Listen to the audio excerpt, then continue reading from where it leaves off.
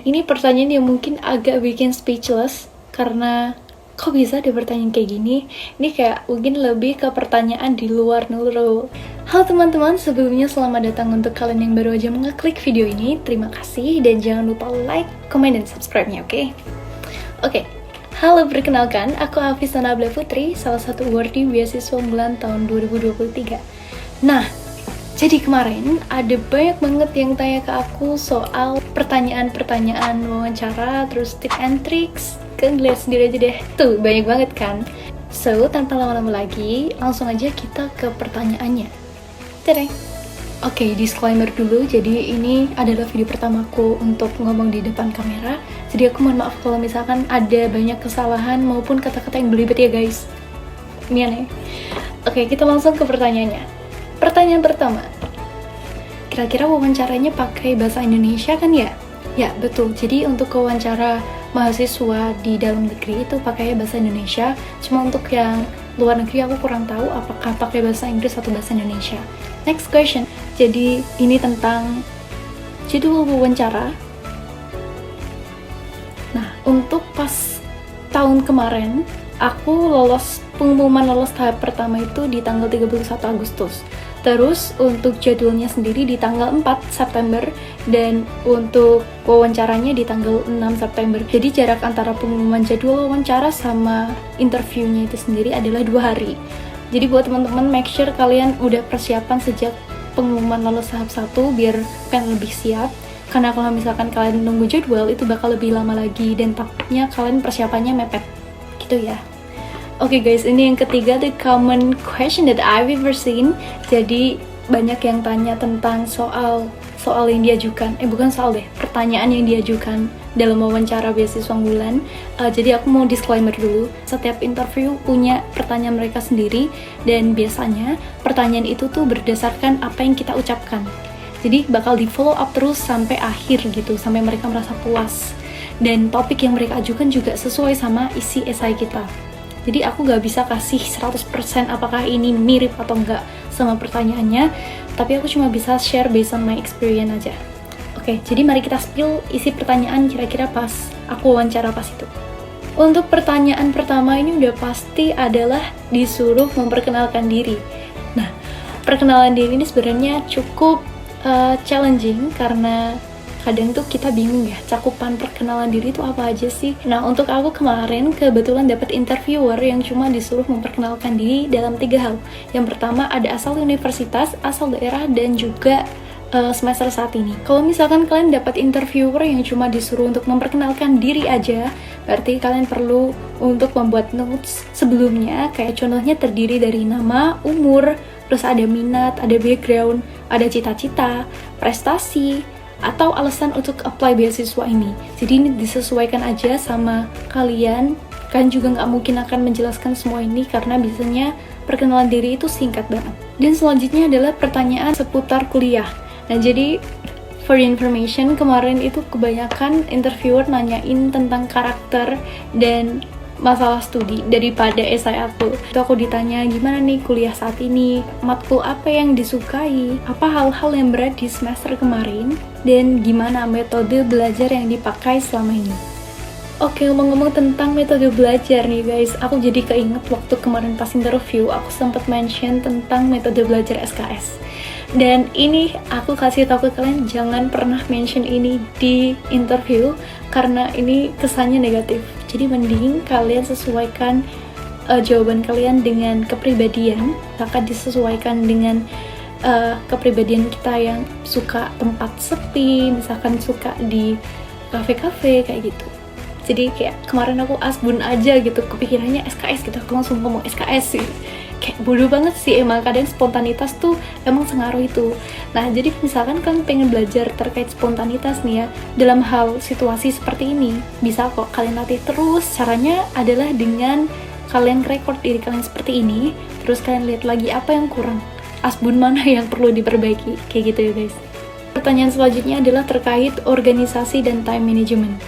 Nah, jadi waktu kemarin aku disuruh jelasin tentang organisasi yang aku masukin, terus waktu itu juga kayak ditanya tentang time managementnya gimana, karena kan kuliah sambil organisasi juga lumayan berat. Dan Kayak juga ditanya cara bagi waktunya gimana. Nah, kemarin aku sempat mention bahwa cara aku membagi waktu adalah dengan menyusun skala prioritas. Jadi dari skala prioritas itu aku udah pasti menaruh prioritas studi pada nomor 1, baru organisasi nomor 2. Terus kemarin juga sempat ditanya kayak, apakah kamu sudah pernah mendaftar program kampus merdeka lainnya gitu. Aku sama sekali belum saat itu, jadi aku jawab enggak. Dan ini pertanyaan tentang beasiswa unggulan itu sendiri. Jadi kemarin ada pertanyaan, motivasi kamu mendaftar beasiswa unggulan.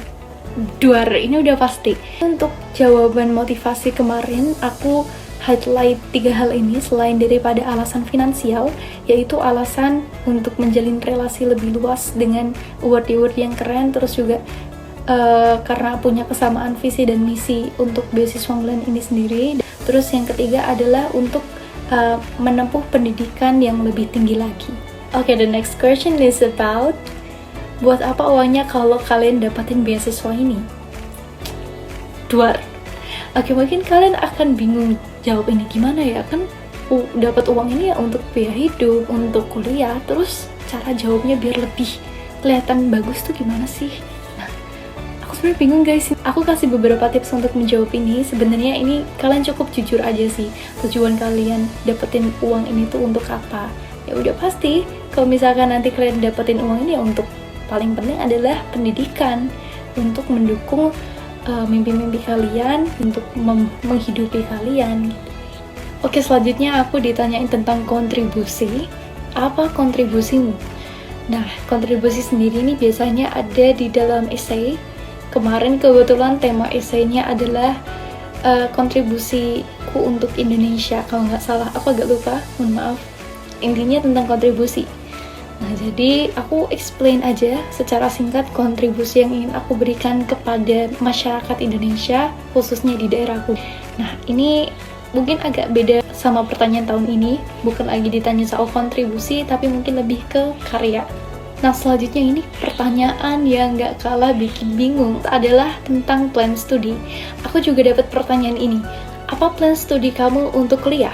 Waktu itu aku sempet mikir beberapa detik. Sebenarnya aku udah nyiapin plan studi di semester 1-8 gitu. Tapi kayak aku masih mencoba untuk nginget-inget lagi, karena pas itu kayak tiba-tiba ngeblank gitu lah. Dan untungnya aku bisa jelasin itu. Jadi buat teman-teman silakan untuk buat rencana studi kalian, dan semoga bisa terjawab dengan baik kalau kalian dapat pertanyaan ini. Nah, terus juga sempat ditanya nih, kalau misalkan plan kamu nggak sesuai harapan gimana? Kurang lebih kayak gitu, kayak gini, bagaimana kalau misalkan planning kamu itu tidak tercapai? Kan gimana ekspresinya kalau kalian dapat pertanyaan ini? Apakah kalian akan bingung, nge-freeze, pengen lari?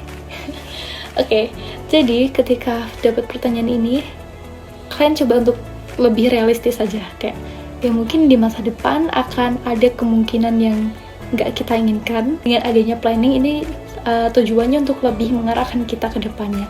Bahkan selain itu ada juga pertanyaan kayak gini, kira-kira bagaimana kamu 5 tahun ke depan? Ini akan menjadi pertanyaan sulit kalau misalnya kita nggak tahu jawabannya seperti apa. Dan ini melanjutkan dari yang tadi, ini pertanyaan seputar karakter. Jadi ada pertanyaan seperti ini, menurut kamu orangnya itu bagaimana? Kalau menurutku untuk jawab pertanyaan ini kalian jangan bohong aja sih, sesuai sama karakter kalian seperti apa. Karena interviewer tuh bisa tahu kalau pas kalian lagi bohong atau enggak. Dan menurut aku untuk jawab ini juga cukup tricky, karena kadang kalau kita terlalu jujur, sesuatu hal yang buruk juga bisa ke blow up gitu kan. Jadi bijak-bijak aja sih. Nah, terus ini menyambung dari pertanyaan tadi, yaitu kesulitan apa yang paling berat dalam hidupmu dan bagaimana kamu bisa melewati itu. Aku pribadi kemarin lupa aku jawabnya kayak apa, karena kayak spontan aja. Dan ini pertanyaan yang mungkin agak bikin speechless, karena kok bisa ada pertanyaan kayak gini. Ini kayak mungkin lebih ke pertanyaan di luar neuro. Jadi pertanyaannya adalah, nilai diri kamu dari 1 sampai 10. Kalau misalkan kamu dapat pertanyaan ini, kira-kira kamu mau nge-rate berapa? Coba kasih tahu aku di kolom komen. Sebenarnya teman-teman, aku gak ada trik khusus untuk jawab ini, karena lagi-lagi kita juga harus jujur dengan diri kita sendiri. Kalau kemarin aku jawab dengan percaya diri, kalau nggak salah aku jawabnya 8. Kenapa 8? Bener nggak sih? Emang segitu? Kayak kemarin sempat ditanya, kenapa kamu jawab 8? Gitu, kayak aku explain aja sesuai dengan penilaian diri aku sendiri. Ini udah menuju ke pertanyaan akhir. Kemarin interviewer juga sempat mention tentang prestasi aku, disuruh jabarin sedikit tentang prestasinya seperti apa, mungkin kayak perjalanannya seperti apa bisa meraih prestasi itu. Oke, di pertanyaan terakhir ini ada pertanyaan kayak gini.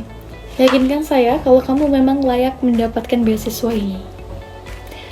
Oke, disuruh yakinkan. Gimana cara untuk bikin kalimat yang meyakinkan kalau kita layak? Aku jujur lupa banget sama jawaban aku kemarin karena aku asal ngomong aja. Karena kalau misalkan kita mikirnya terlalu lama, ini juga akan berpengaruh pada penilaian yang mungkin kayak meragukan. Kita kok mikirnya lama banget nih, kayak ini kompeten gak sih? Jadi kayak udah asbun aja, aku ngomong aja. Untuk sarannya mungkin aku bisa kasih ini ke kalian ya, jadi lebih highlight ke sisi positif kalian sehingga kalian itu worth it untuk dapetin beasiswa ini, gitu aja. Nah, untuk yang terakhir masih ada lagi. Ini bener-bener last question saat itu, yaitu gimana kalau kamu nggak dapet beasiswa ini? Waktu itu intinya aku bilang bahwa ya semuanya itu tergantung sama yang di atas. Kalau misalkan memang belum layak dapat, berarti memang belum rezekinya. Tapi itu nggak bikin aku serta-merta jadi ngerasa despite atau kayak ngerasa putus asa. Aku akan lebih berjuang lagi di beasiswa-beasiswa yang lain, kayak gitu. Ya mungkin cukup sekian dari aku terkait pertanyaan BU. Kalau misalkan kalian ada pertanyaan-pertanyaan lain, silahkan untuk tanyakan ke sini. Dan mohon maaf banget kalau misalkan aku nge-share-nya itu udah termasuk lambat, karena ini udah deket banget sama wawancara. Semoga aja ini bisa membantu kalian. Oh ya, aku mau kasih tahu terkait tata cara interviewnya sendiri. Jadi nanti kira-kira ada 3 orang di ruangan, ada moderator, ada interviewer, dan ada kalian. Jadi nanti kalian akan dipanggil sesuai dengan jadwalnya. Nah, ketika kalian udah mulai di-invite sama moderatornya, nanti akan dibuka oleh moderator, diperkenalkan, nanti akan dicek kayak data-data kalian, siapkan KTP dan sebagainya. Nanti silahkan dicek di pengumuman jadwal aja. Terus nanti kamera kalian akan diputar 360 derajat untuk melihat bahwa ruangan itu kosong.